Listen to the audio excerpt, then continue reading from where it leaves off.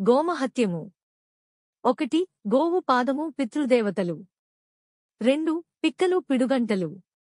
3 అడుగులు ఆకాశగంగలు. 4 ముక్కోలు కొలుకులు ముచ్చిన చిప్పలు.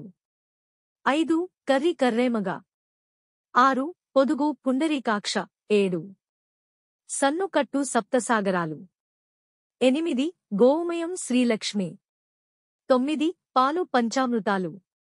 10 తోక 90 కోటి ఋషులు. 11 బొడ్డు పొన్నపువ్వు. 12 కడుపు కైలాసం. 13 కొమ్ములు కోటిగుళ్ళు. 14 మొగముదష్ట. 15 వెన్ను యమధర్మరాజు. 16 ముక్కు సిరి. 17 కళ్ళు కలువరేకులు. 18 చెవులు శంఖనాదం. 19 నాలుక నారాయణ స్వరూపం. 20 దంతములు దేవతలు. 21 పళ్ళు పరమేశ్వరి. 22 నోరు లోకనిధి. 1 షదేవేంద్రుని భార్య శచీదేవి. 2 బ్రహ్మదేవుని భార్య సరస్వతీదేవి. 3 శ్రీమన్నారాయణుని భార్య లక్ష్మీదేవి. 4 శ్రీరాములవారి భార్య సీతాదేవి. 5 గోపాలకృష్ణమూర్తి భార్య రుక్మిణీదేవి.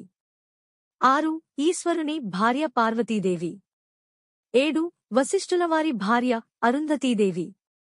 ఒక్క గోమాతను పూజించడం వల్ల సకల దోషాలు తొలగి ప్రతి గుడిలో మూలమూర్తుల దర్శనంతో పాటు దీపారాధన చేసినంత పుణ్యఫలం లభిస్తుంది.